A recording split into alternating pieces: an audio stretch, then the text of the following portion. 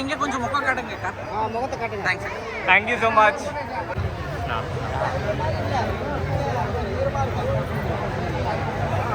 தம்பி கூட நில்லுங்க. ரெண்டு லென்ஸ்லாம் வச்சு நீங்க மயமா. இப்போ வருவேன். இதோட 6வது வருஷம். ரொம்ப ஹாப்பியா இருக்கு. ரொம்ப சந்தோஷமா இருக்கு.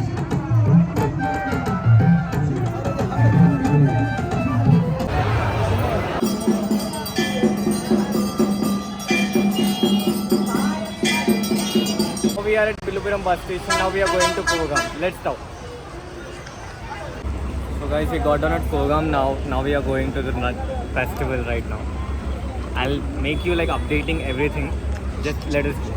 This is a village environment. The lights, I think that is our temple. So after going, I'll let you know what the temple and where the temple is. Before starting the journey, I was little hesitant towards the experience which I would have in the festival. I'll be letting you know when it happens and where it happens.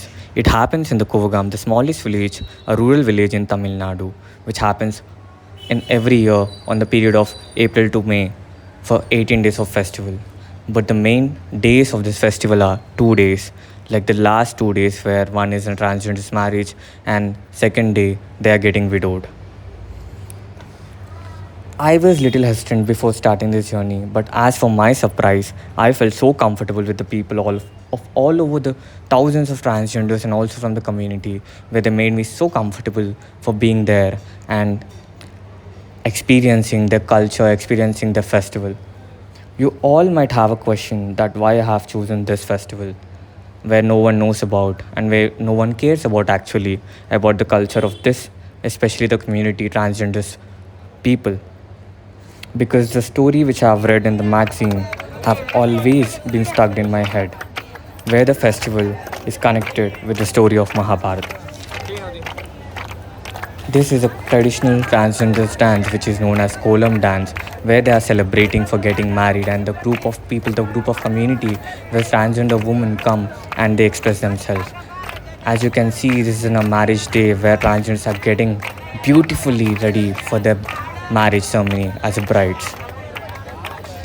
As you can see, they will be getting married. So there are a lot of people who have been coming, especially the transgenders. Over 2 lakh transgenders are attending this festival every year.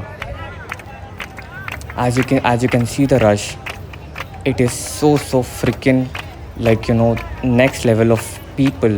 Not only the transgender women, but also the normal people, where there is a very powerful god, that is Lord Arvan temple. As a local is reiterating the story in Tamil, I would be translating the story. As in the times of Mahabharatam, the Kauravas set a riddle of death, which is known as Padmavyuham, where Pandavas and Krishna decides one of the persons should go inside. They decide Abhimanyu, Arjuna's son. But before going to the Padmavyuham, Abhimanyu had his last wish, which is to get married to a woman. As Pandavas have roamed and explored all over the villages to get Abhimanyu married, but every bride was giving a denial of knowing the truth that Abhimanyu might die and the bride should be widowed for the next whole life. Then, as per the circumstances, the Paramal or Krishna turns himself into a Mohini and marries Abhimanyu. As in the local culture, they call Krishna as Paramal and also Abhimanyu as Arvan. As the riddle starts, Abhimanyu goes inside that Padmavyuham and he got martyred in this whole war, where they believed, especially transgenders believe, that they are getting widowed. Their husband Arvan had died, so they'll be marrying him on the day, and the next day the Arvan dies, then they'll be get widowed. As you can experience, we were on the day of marriage of transgender women, where they are getting married to the priests or the locals, where they can marry and they can see themselves as in Lord Arvan. They believe themselves that they are marrying to a Lord Arvan. As we are experiencing one of the greatest things, like rarest thing I can ever see her smile, guys. I had different delusion on my mind before going to this festival, but now I'm very clear and so far so happy to see these people celebrating the culture and being happy for who they are. And that's how I've been like felt all over this journey, that their smile, their culture, it it gave me such a glimpse that we are finding sorrows in our happiness. They are finding happiness in these sorrows. On this one day, they will be celebrating their whole life thing. Like they would be dancing, chilling, and getting married. And there are many people who are taking photos and just they're being happy for getting married. As you can see, this woman, her smile was everything for us. We felt so happy because she is giving us a. We asked her for a photo. Just she turned back and gave a smile, and that's how I felt when like her smile and the whole marriage was next level. As you can see, the community was like have a separate line for normal people and also for other people to go to the Lord to take a blessings for Lord Arvan. This is such a next level of experience for us, especially like this marriage was nothing. It's a celebration.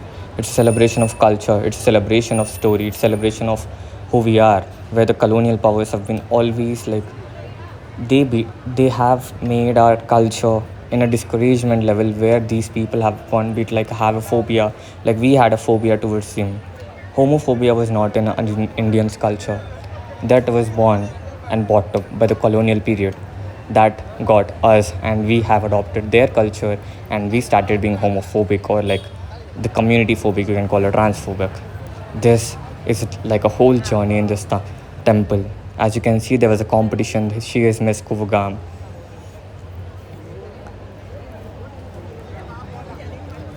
As you can see in the Miss Koovagam competition, these are the three people who have been the first three. Just look at them, how beautiful they are, how beautiful they speak, and how elegant they are.